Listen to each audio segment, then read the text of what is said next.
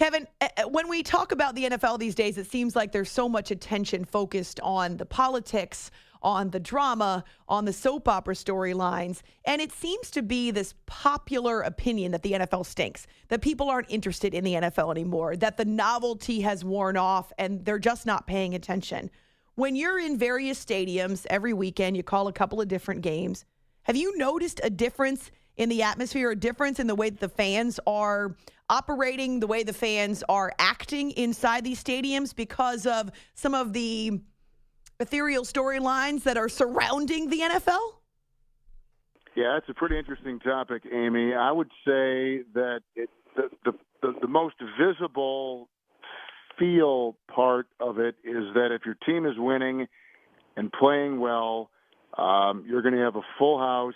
You're going to have rabid fans. There's going to be a lot of noise. It's going to be, pretty electric. And while there may be the smattering of boos for a player or two that will be kneeling or sitting or doing whatever they're going to do to show a sign of protest, I have noticed it the last 3-4 weeks dissipating.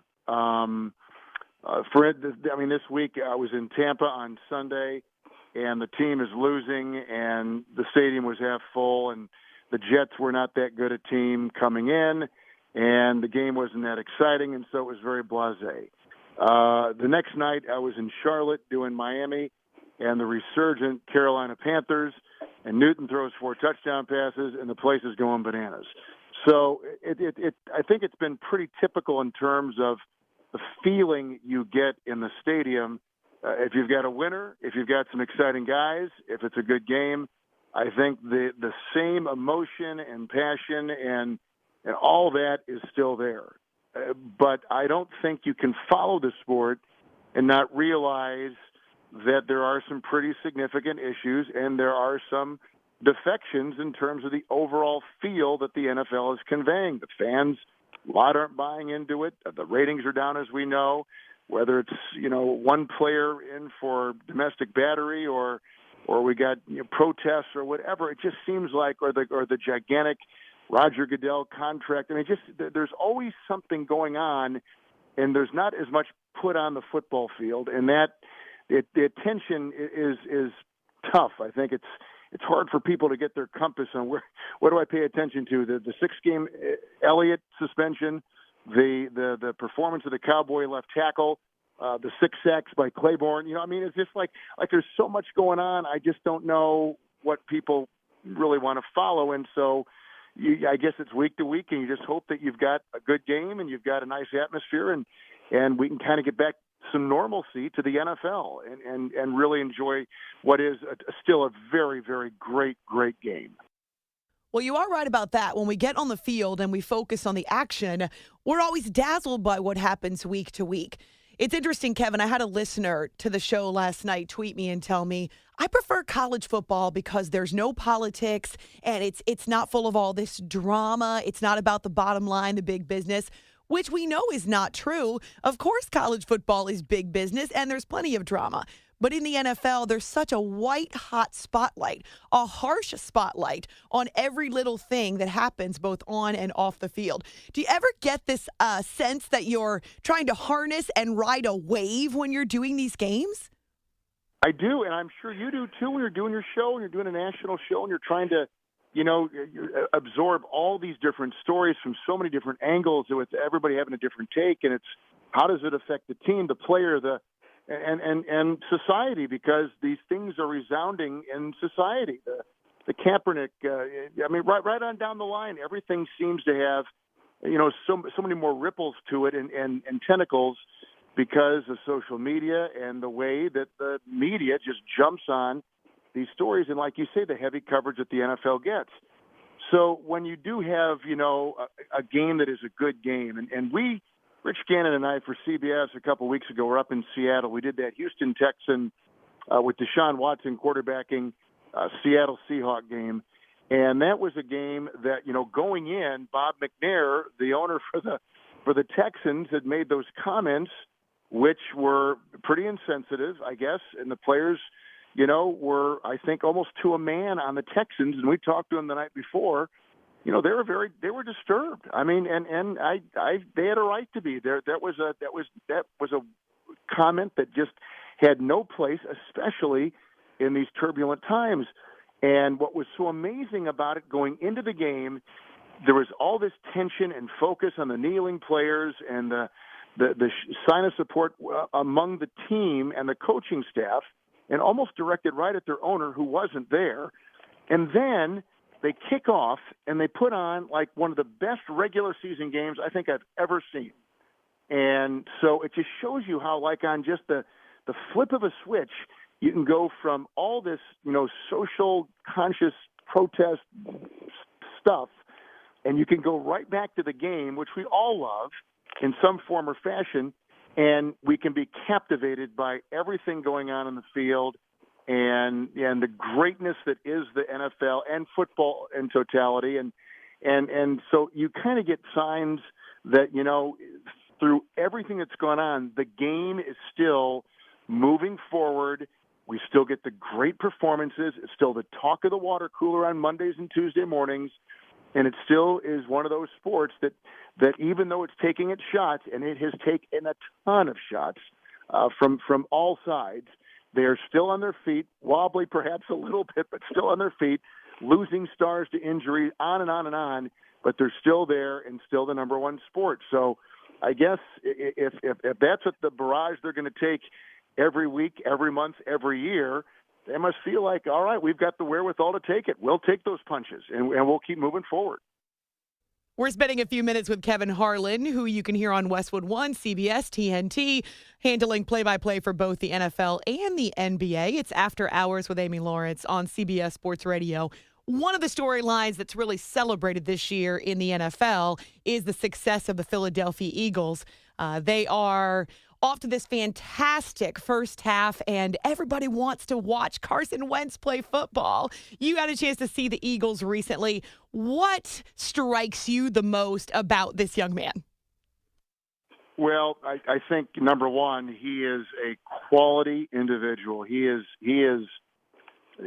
we're so disappointed so many times by guys we idolize in whatever field. And because we're all human, and there's human frailties that will take someone we idolize and put them in a position that's very unfavorable, and on and on and on. Now, this kid has just recently gotten on the big stage, but from everything that you read about, hear about, watch, hear from people that are around him, I mean, he's like almost too good to be true as a person. Like, he's like this. He's a leader. He's a friend. He's a compassionate, famous name that will go and visit sick kids or someone down in their luck. And he's a consummate teammate, and he's well prepared, and he's been given these great gifts, to do what he does on the field. And so I admire the heck out of a guy like that. And he is everything is advertised and more. And isn't it great that we have someone we can kind of hang our hat on and watch and kind of cheer for? I mean, he's a very likable kid. And he's in terms of his football, they have the Teflon to handle the Sproles being knocked out of the season. They lose their starting left tackle. They plug somebody else in. They find a new guy to run the ball, return punts and kicks, and they just keep on moving. They're as balanced a team as anything. But the face of the team, the feel of the team comes from that quarterback. So I think he has his fingerprints over everything that's going on. The veterans look at him as a leader, and he's only a couple years, as we know, in the league, but he has been sensational in every part. I'm rooting for him. I think it's one of the great stories this year in the league. Well, Carson Wentz and the Eagles could be exactly what the NFL needs this season. All right, Kevin, I have a confession to make. One of the reasons that I had producer Tom come after you and schedule an interview with you is because I enjoy listening to you and Kurt Warner on your broadcast on Westwood One, and I keep hearing you talk about the football podcast, this podcast that you and Kurt do together. And I'm a huge fan of his. I feel the same way about him that you do about Carson Wentz. He's almost too good to be true. Now he's a Hall of Famer. And so I'm heading into the holidays. I have a couple of really long road trips. In fact, I'll be in the car for a couple of days over Thanksgiving and Christmas. And I'm thinking, okay, I need some podcasts. I'm going to listen to Kurt Warner and Kevin Harlan's podcast. So what do you guys talk about?